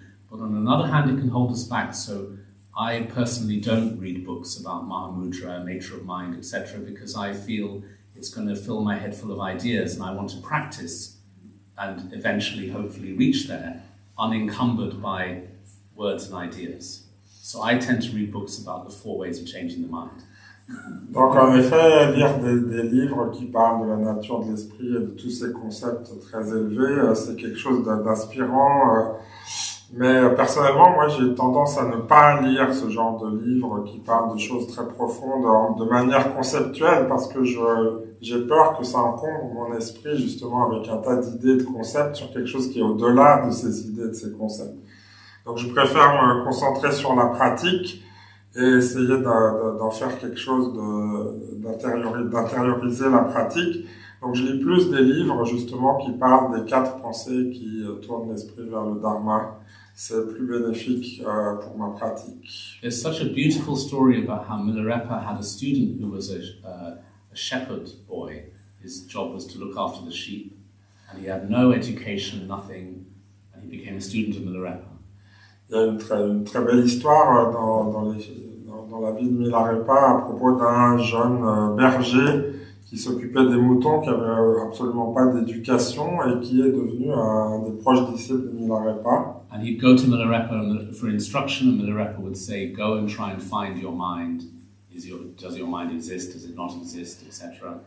Donc il allait voir Milarepa lui donnait des instructions, il disait va méditer et cherche, regarde si tu trouves ton esprit, où est ton esprit, comment il est. And this little boy would be so excited, he'd go and run and sit and try to find his mind. And he was unencumbered by ideas of, it says in the text, the mind is empty and pure and blah, blah, blah. He didn't have any of that, so he could genuinely investigate. Et donc ce jeune berger était vraiment était excité à l'idée de faire cette découverte de son esprit. Donc son esprit n'était pas encombré par un tas de concepts, un tas de lectures qu'il aurait fait avant. Il était très spontané, très authentique, très honnête avec lui-même. Donc Milarepa lui disait va observer ton esprit. Alors il allait tout excité s'asseoir et observer son esprit et faire une expérience vraiment directe. So let's carry on with the 4 dharmas. Let's look at the second dharma. We'll do a little bit of it today and then carry on in more detail tomorrow. Donc maintenant on va continuer avec les 4 dharmas. On va parler un petit peu du deuxième aujourd'hui et puis on continuera avec la suite demain. You may be feeling this course is out of balance. Why the whole first day on the first dharma? There's a reason for that. One spends more time on that because it's the most important. Donc vous allez peut-être vous demander s'il n'y a pas un déséquilibre là. Pourquoi est-ce que dans ce cours on a passé déjà tellement de temps sur le premier dharma? Mais vous verrez qu'il y a une raison pour ça, c'est parce que justement ce premier dharma est le plus important, le plus fondamental. That's because if we build foundations really carefully and really properly, it will be easy to build any kind of house on that. La raison est que voilà, si on construit des fondations correctement, des bonnes fondations stables et solides, quelle que soit la maison qu'on construira dessus, elle tiendra bien debout. So the second dharma of Gampopa is may the dharma follow the path. Donc le deuxième dharma de Gampopa, c'est puisse le dharma suivre le chemin. So what does this mean? Why are we saying may the dharma follow the path? What are we exploring here? Donc, qu'est-ce que ça veut dire? Qu'est-ce qu'on entend par puisse le dharma suivre le chemin? Qu'est-ce qu'on cherche à explorer en disant ça? We're trying to think about how our practice can be a path rather than a series of little walks that go nowhere. Donc on essaye de voir comment justement notre pratique peut être un chemin qui nous mène quelque part, ou plutôt que des petites escapades, des petites promenades qui nous mènent nulle part. It's a little bit like if you walk out of the front door of this building and you want to go home. You have a direction, a path, a goal, you know you need to go home to that place. Donc c'est un petit peu comme si vous sortez d'ici avec le but de rentrer chez vous, donc vous avez un but, vous avez une destination, vous avez un chemin à suivre pour y arriver, c'est clair. That is different from just going out of the front door and wandering around and then coming home. There was no real purpose. Maybe a bit of exercise, fine, but there's not a journey or a path there. Donc c'est différent de simplement sortir, passer le pas de la porte et puis aller vous balader à droite, à gauche pour revenir sans vraiment savoir où vous allez ni ce que vous faites. So we want to elevate our practice beyond just a exercise for stress reduction and well-being, elevate it into a path to enlightenment. Donc nous voulons élever notre pratique, faire que ce ne soit pas simplement quelque chose pour nous relaxer, nous sentir bien, mais que ce soit que notre pratique soit un cheminement vers l'éveil. Of course, well-being, relaxation, inner peace are aspects of the path, but they're not the ultimate aim. They are simply symptoms, positive symptoms. Donc bien sûr, le fait de se détendre, de se relaxer, de se sentir bien, ce sont des choses qui vont advenir sur le chemin. Ce sont quelque part des symptômes de la pratique, mais ce ne sont pas le but ultime. So in the second Dharma of Gampopa, we're going to explore three areas. One is this idea of a path to enlightenment rather than just a sort of short-term goal. Donc nous allons explorer trois domaines différents dans cette explication du deuxième Dharma de Gampopa. Le premier, c'est l'idée donc qu'on s'engage sur un chemin à long terme avec un but, l'éveil, plutôt que d'une simple recherche de bien-être à court terme. The second aspect, which is the most important actually, is that Dharma becomes a path when it's motivated by loving kindness and compassion, bodhicitta. Le deuxième aspect, c'est que le Dharma devient un chemin quand il est motivé par la bodhicitta, par la compassion.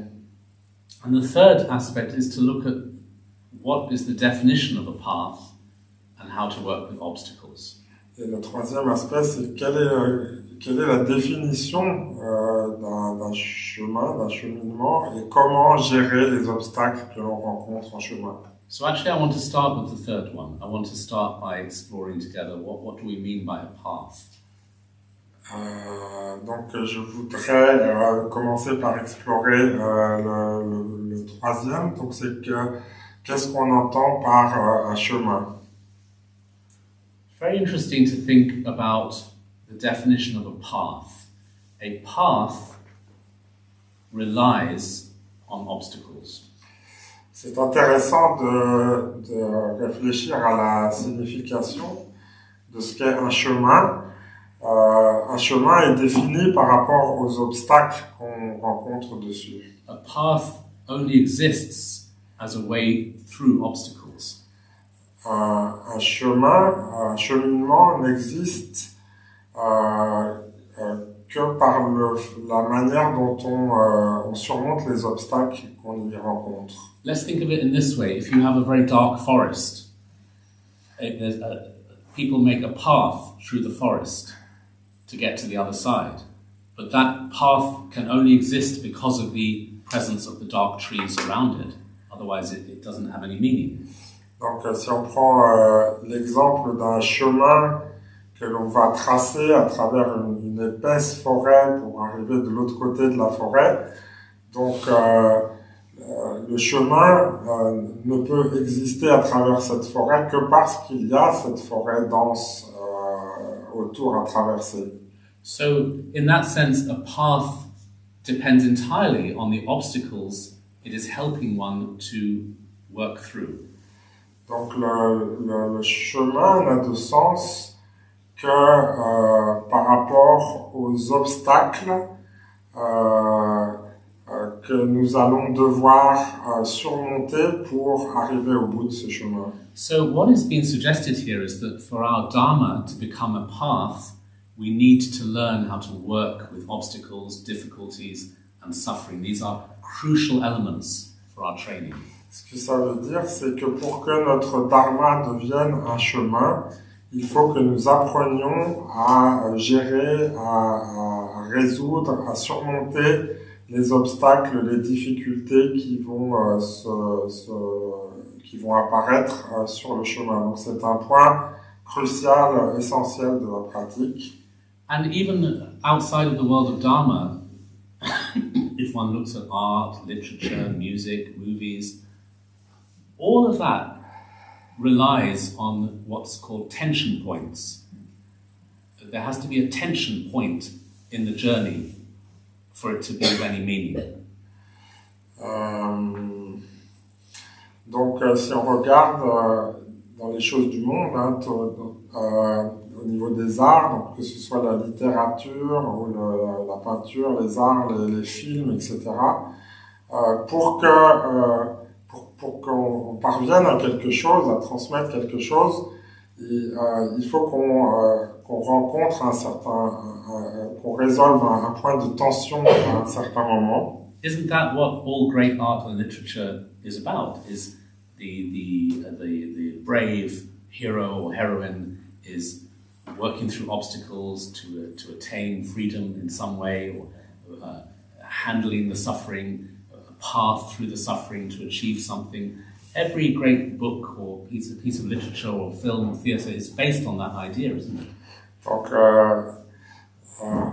toutes les grandes histoires qu'on trouve dans la littérature, dans les romans, dans les films, etc., tournent toujours autour de l'histoire de quelqu'un, de personnages qui doivent surmonter des difficultés, résoudre des problèmes pour finalement arriver à leur fin. Donc, voilà. Donc, tous ces différents aspects de l'art tournent toujours autour de la résolution de problèmes. We just had Christmas. I don't know here in this country, but in the UK, every Christmas they show The Wizard of Oz on television. Do they show that here? Oui, Wizard of Oz. Donc c'était Noël récemment. Donc chaque année en Angleterre, ils montrent le magicien d'Oz à la télé. And there you have this yellow brick road, and they have to go on a journey. And she has her friends on the journey, and she's trying to battle the witches and then find out that actually the wizard was a delusion anyway. This is her journey through the path. That is a symbol for all types of literature work on that kind of theory or that analogy. Donc je connais pas l'histoire moi-même, mais donc apparemment il y a un chemin que suit une personne et qui sur le chemin va rencontrer un magicien qui finalement va prouver être une illusion, mais donc elle va devoir passer à travers ces épreuves et réaliser que c'était une illusion. Et donc toutes les œuvres qu'on trouve dans la littérature tournent toujours autour de ce genre d'histoire où il y a des obstacles et des difficultés à surmonter pour arriver à son but. So I'm just giving some ideas around how we define the term path. Now, of course, we need to look at this now in terms of our Dharma practice. Donc là, j'essaie juste de définir ce qu'on entend par cette idée de chemin. Donc maintenant, on va rentrer dans des exemples plus concrets pour comment est-ce que ça se passe en termes de pratique du Dharma. Now, the second Dharma of Gampopa is very much connected to the level of Buddhist teaching, which is called Mahayana, the Great Path. Donc ce deuxième Dharma de Gampopa est très fort connecté, relié à le niveau d'enseignement dans le bouddhisme qu'on appelle le Mahayana, le grand véhicule. Now, in Mahayana, there is a lot of emphasis on love, compassion, and bodhicitta, which we'll talk about tomorrow morning. Et donc, dans le Mahayana, on met beaucoup l'accent sur le développement de l'amour, la compassion, la bodhicitta. Donc, on parlera de ça demain matin. But what is also emphasized is the notion of bringing obstacles onto the path. Mais on met aussi l'accent dans le Mahayana sur comment amener, enfin utiliser les obstacles sur le chemin. And understanding that the path is all about working with suffering, obstacles and difficulties. Et donc il est important de comprendre que le chemin consiste essentiellement à apprendre à travailler avec les difficultés, les obstacles que l'on rencontre sur la route. So this is the kind of courage, and even you could say fearlessness, that is the energy of somebody who walks the path of Dharma. Donc l'énergie de quelqu'un qui parcourt le chemin du Dharma est cette énergie de courage et d'absence de peur. C'est grâce à ces qualités que l'on peut parcourir le chemin du Dharma. So we can go through our life and so many things go wrong and life feels so difficult and we feel we're drowning in the pain and suffering. It could be like that. Donc on peut traverser notre existence en pensant que tout est pénible, difficile et qu'on est quelque part tiré vers le bas constamment et qu'on se sent submergé par les difficultés. Or we can have a totally different attitude where we think, I'm on this path and all the obstacles are my teachers, all my enemies are my friend, all the sickness is my teacher, or all the problems are teachers on the path. That would be a very different attitude. Et on peut avoir une attitude différente par rapport aux difficultés, c'est de se dire au contraire que toutes ces difficultés que l'on rencontre sont des moyens d'apprendre, sont des enseignants, sont des choses qui nous rendent plus forts et qui nous permettent de progresser. Donc c'est une attitude tout à fait différente de l'autre. So this is what has been described in the second Dharma of Gampopa, is we need to feel that we are on a path. And the feeling of that is that all the things that go wrong in our life are elements of that path or journey. We know how to use them in the right way.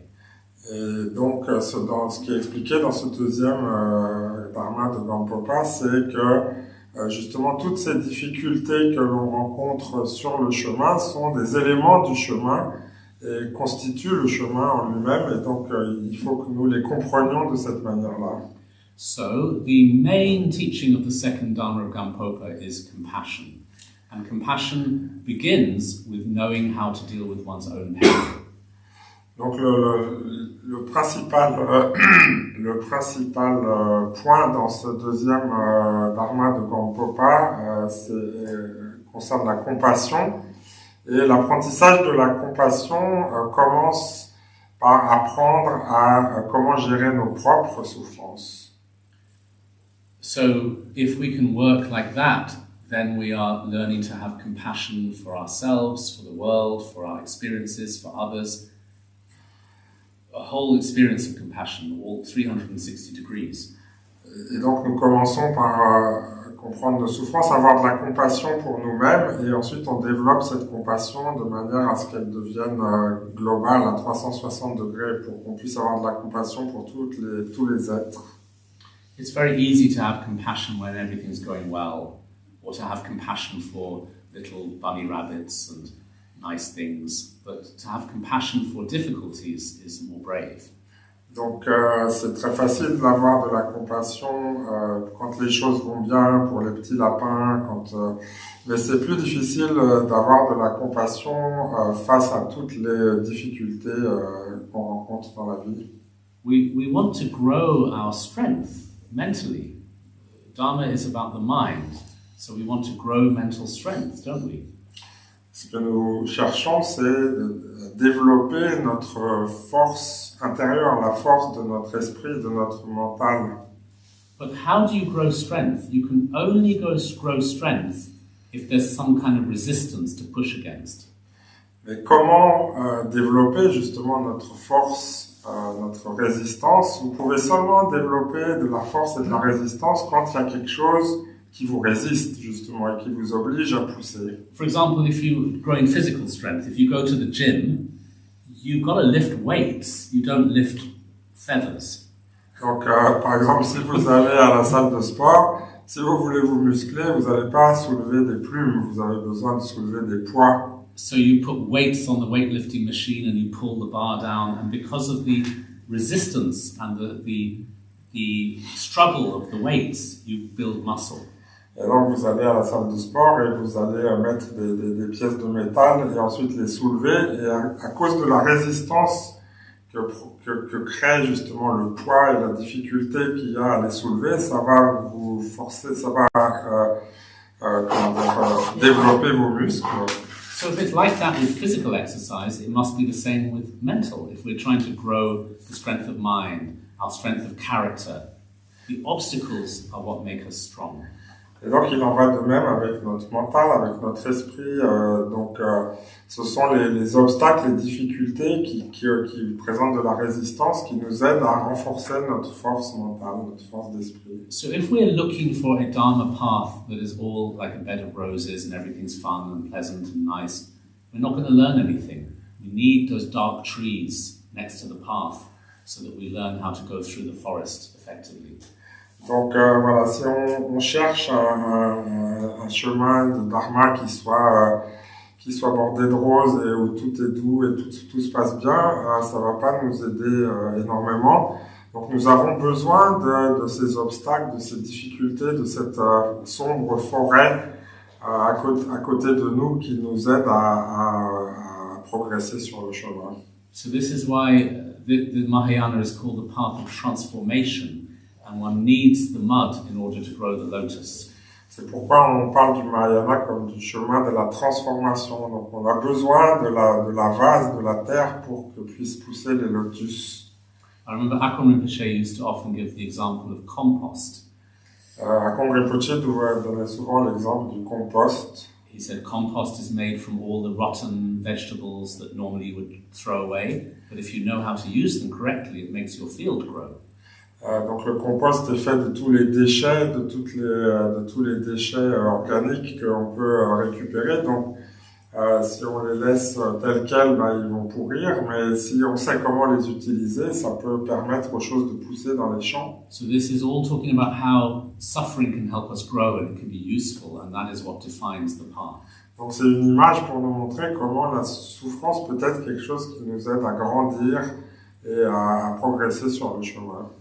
I always like to think of that phrase, I don't know if you have the phrase in French as well, what doesn't kill you makes you stronger. Ouais, donc ça me fait toujours penser à la phrase, je sais pas si vous l'avez en français, mais on dit, voilà, ce qui ne vous tue pas vous rend plus fort. Well, wouldn't you say that all of us sitting in this room now, every sentient being in fact, is proof of that phrase, because whatever it was, it didn't kill us, we're still here. Donc, est-ce qu'on pourrait pas dire que le fait que nous soyons là, tous présents dans cette salle, est une preuve de ça? Ça veut dire que quoi qu'il nous soit arrivé dans le passé, on a survécu et on est encore là. We all have our history, we all have things that have happened in our life, terrible things, but we're still here. So what didn't kill us made us stronger. Donc on a tous une histoire, on nous est tous arrivé toutes sortes de choses, des choses terribles, mais on a survécu, on a tenu le coup, on est toujours là. Donc ça prouve bien que voilà, ce qui nous est arrivé nous a rendu plus forts. And in fact, we only became stronger because of what did not kill us. Et à vrai dire, nous sommes devenus plus forts à cause ou grâce à ces choses qui ne nous ont pas tués.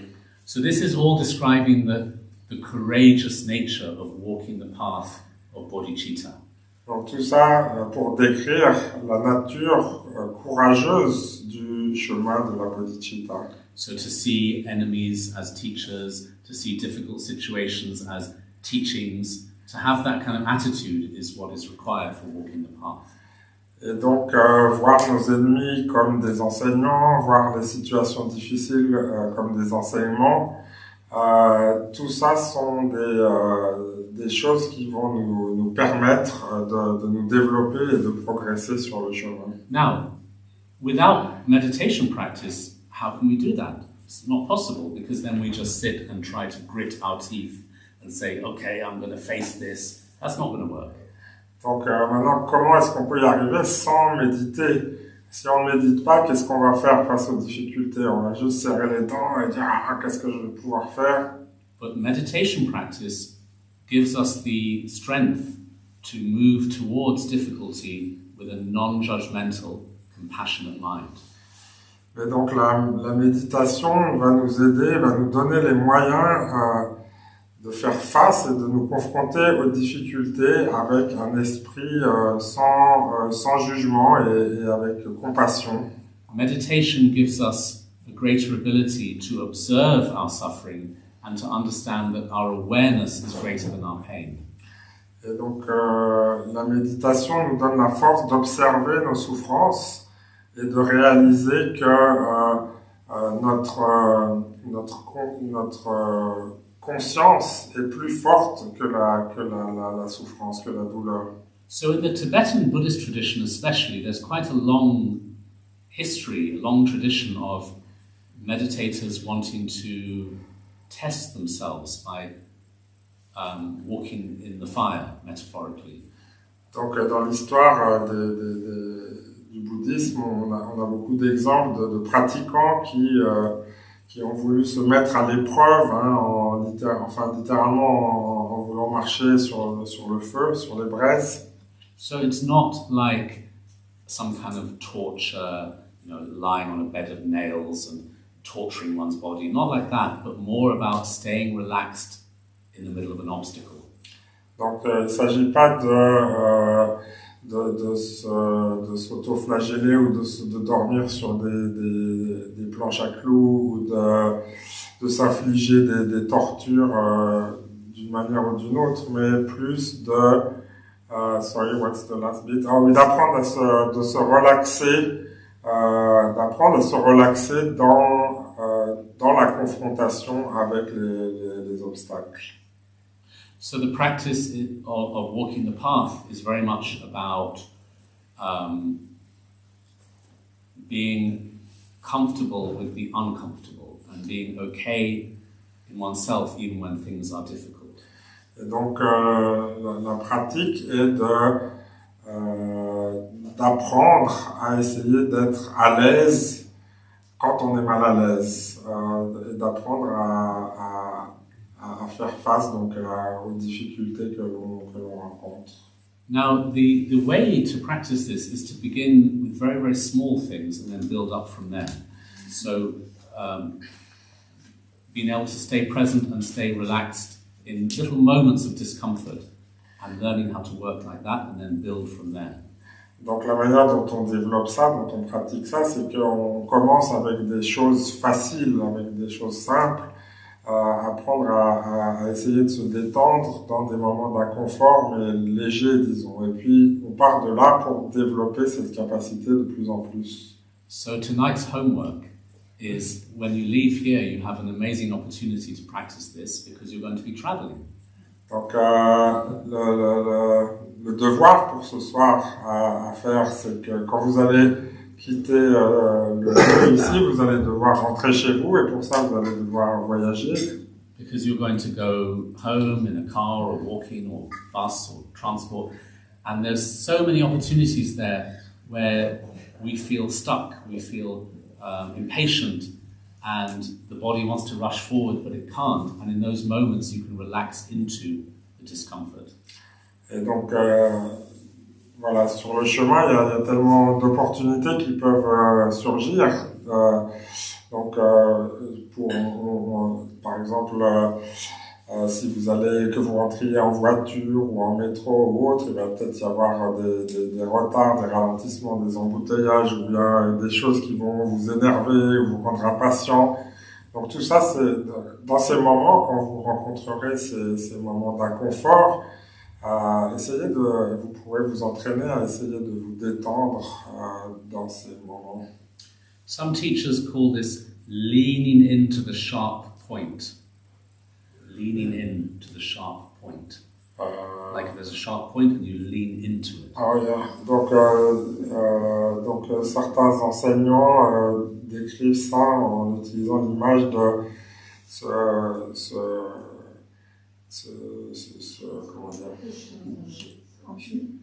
se pencher, oui, sur quelque chose de pointu. But the key element there is because the mind is meditating or in a meditative state, the leaning in is totally relaxed, so nothing can pierce you. Mais donc l'idée ici, c'est que comme votre esprit est tout à fait ouvert et détendu, les choses pointues ne peuvent pas vous transpercer. So this is actually easy if you start with small things. So what I love doing is when I'm standing in a queue and I feel myself get impatient, I totally relax my body. I find that very interesting.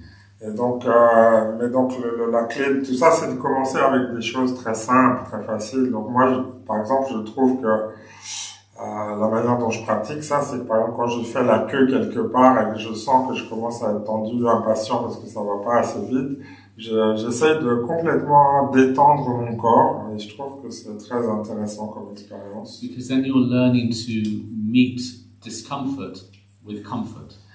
Parce que vous essayez quelque part de rencontrer l'inconfort, enfin non pas rencontrer, Staying relaxed when you're d'essayer de rester détendu ou confortable dans une situation inconfortable. And what you're actually doing is rewiring your own brain because we have this kind of faulty wiring that isn't serving us.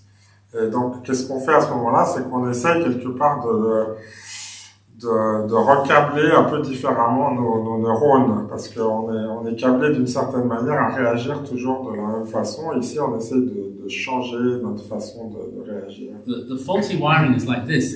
We are programmed to connect difficult situation, tension. These are put together automatically. We don't even think about it. It's like fused together. Difficult situation, tension. Donc la façon dont on est câblé, conditionné, en fait, c'est que voilà, quand il y a une situation difficile, automatiquement, paf, il faut qu'on soit tendu. Donc on est programmé, on est habitué comme ça. But in the practice I described, we're putting together two very different wires. Difficult situation, stay relaxed. Putting these together and creating a new connection. Donc ici, on essaye d'aborder la situation différemment. Donc quand on est confronté à une situation difficile, au lieu de se tendre, on se détend. Donc on recable, on change de façon de réagir à la situation. So I'd like to invite you to try this evening with travel, standing in queues, waiting for the kettle to boil, waiting for the microwave to go ping, any kind of waiting.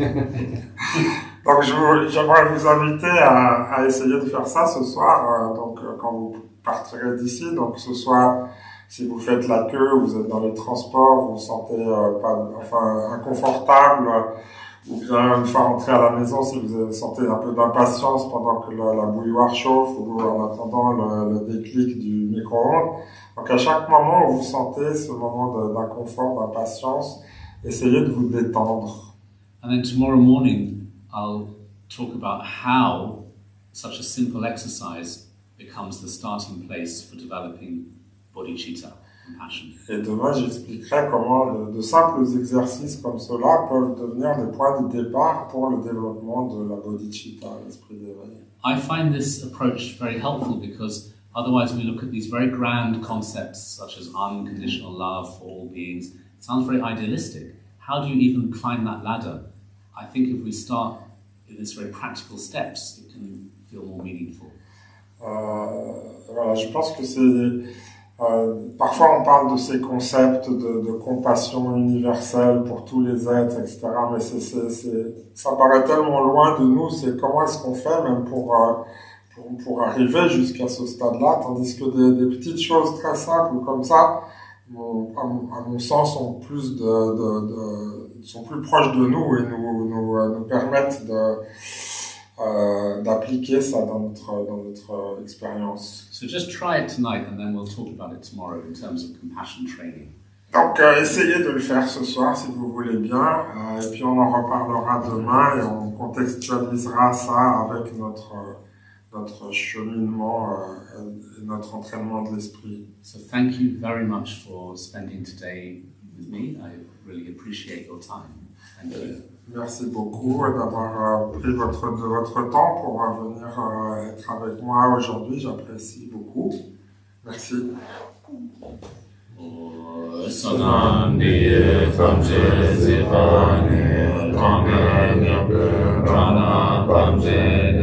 Chega na che pala durpa